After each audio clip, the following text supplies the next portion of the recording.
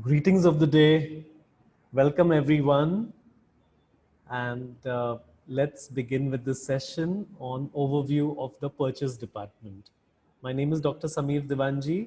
I hope you've seen some other videos that I've made in front office and housekeeping, especially the ones with basic terms and terminology to consolidate your basic foundation.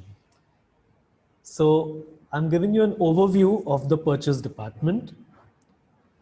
I would like to begin with the few years that I spent in the industry and how I learned slowly and steadily that departments which are in focus or in guest view are not the only ones that are important. There are a lot of behind the scenes players who make the front players look very good.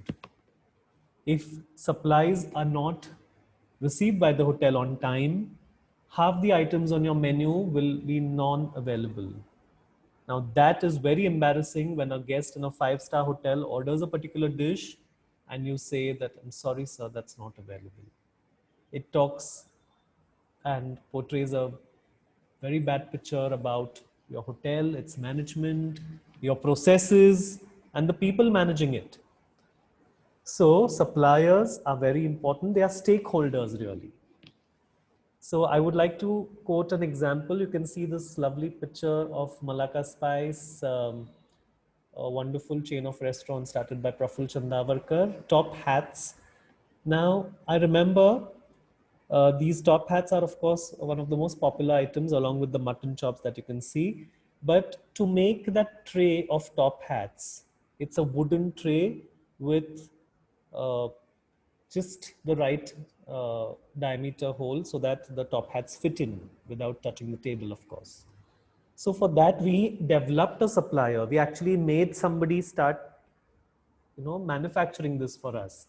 And thus a supplier was developed. So I would like to begin with this supplier development and engagement. Also in one of the hotels that I worked with, we saw that there was the family of the mutton supplier was there in that restaurant. He was being invited and he was actually being told that you're so important to our business because you supply us the best mutton, and then in turn our guests get the best mutton and we get great reviews, so thank you. Also in chains like Taj and Oberoi's, there are regular supplier meets where you invite your suppliers, your stakeholders, and you actually have a little get together with them.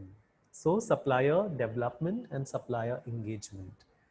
Some big hotel chains are known to work with smaller players or players who are not sure yet or don't have a big office maybe to start with, but they grow along with the chain or along with the orders. All right. So that's supplier development. So basically purchasing is to procure certain material or item at the right price, right? The 5 rights we will see in the next slide. Yeah. So principles of purchasing: the right quantity, right quality, right price, right time, right source of supply. Basically, if you do your purchasing well, the operations are very smooth. You also save a lot of costs. So for example, a housekeeper, if the supplies are right, they will have a good control on costs for sure. All right. So it's very important that your supplies are in place and your suppliers are very, very reliable, and you nurture them and you develop them and you engage with them. After all, remember, they are also your stakeholders. I would just say the main objective of the purchase department or materials department, as it's called, is to ensure this continuity of operations. So smooth operations. We should not have to stop because we've run out of key cards or a particular packing material or particular shampoo or linen. All right. Now, one more thing. Today, some hotel chains have moved from calling their purchase department to materials department. Remember earlier, the HR was known as personnel, and now it's human resources. In fact, I read about Sadhguru's Isha Foundation in Coimbatore. He's now calling his HR department HP department, Human Potential Department. I know of another company that calls its HR department human care department.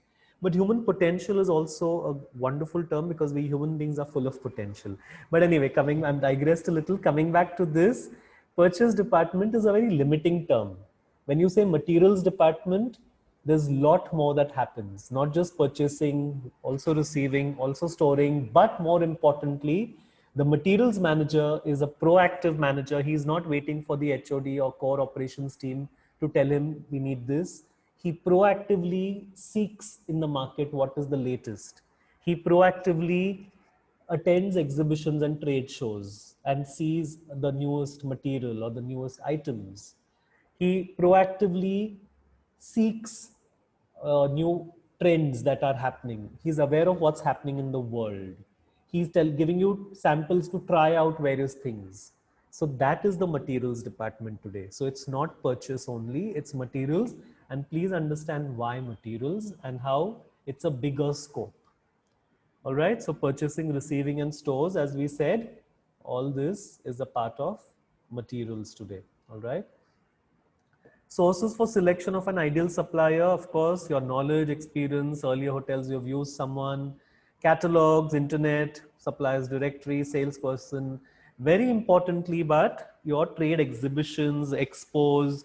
I remember going to Mumbai for the huge expo or FHRAI exhibitions at Bandra Kurla complex and meeting a lot of suppliers, lot of vendors, lot of people who have come up with newer products and more innovative items. Also, of course, trade magazines. You have a lot of magazines with half of them with articles and advertisements and photographs of their new products, be it new material, new items, new equipment, or the latest in technology.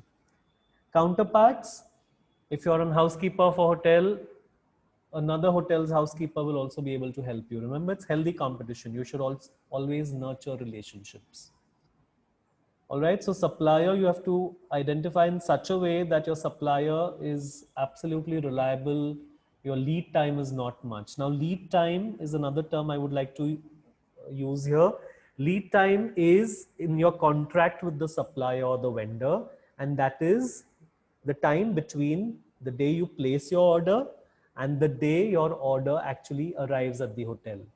So you don't want a long lead time because then your planning of operations is a little wonky. So it's important to have shorter lead time. All right.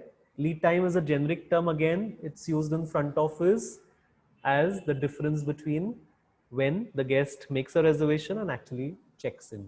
Also in F&B service, when the guest orders food and actually his food arrives at his table. Anyway, identification and selection of supplier, of course, you look at cost, quality, safety, delivery, service, social responsibility, convenience, simplicity, risk.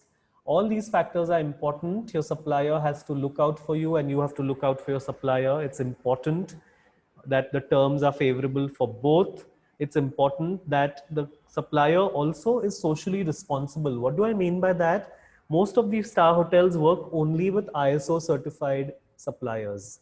He may be very good, but you do not do business unless he has various certifications that are mandatory. All right, purchase procedure. It starts with the purchase requisition, supplier selection, purchase order is raised, receiving material and bill payment. All right, there is an elaborate procedure. I'm not getting into that. We are doing the overview only. All right. Then I'm going to quickly introduce two terms, ROL, which is reorder level. Reorder level or reorder point is nothing but a inventory level point where new order is placed because your reorder level is reached. So you calculate your reorder level that when the stock reaches this number of units or this weight, you order because you know the lead time, you know your requirement in daily operations, all that calculation is there. So you obviously look at the reorder levels. Reorder level, there's also a formula. You should not order too soon because you have to pay and bear the additional cost of storing also. Also, you cannot order late because you will lose sales. All right, so reorder level, some hotels do this formula, the average demand. So daily how many units or weight is required into the lead time. You know, is it a 7-day lead time or 10-day lead time? Some items may be imported, so the lead time is more, plus safety stock. So have this as an emergency buffer stock, safety stock. All right. Last term for this video, bin card, also known as stock card or bin tag. It's used as a manual entry card, which is in the perpetual inventory system. In that, the quantities of each material is written. So every item has a bin card. Bin cards, there are a lot of benefits, of course, but this is the format will make it clear for every item. If it's soaps, there's a bin card in the stores for soaps as well. So you know the quantity that you have, you know the reorder level, of course, and every day that you issue to that department, you reduce the quantity and write the balance quantity. So you know exactly, looking at the bin card, the status of that item in the stores. All right, great. Just of parting note, just in time, JIT is a very used term in the industry now, especially manufacturing industries, where they don't order too much because it's wastage of money, they say.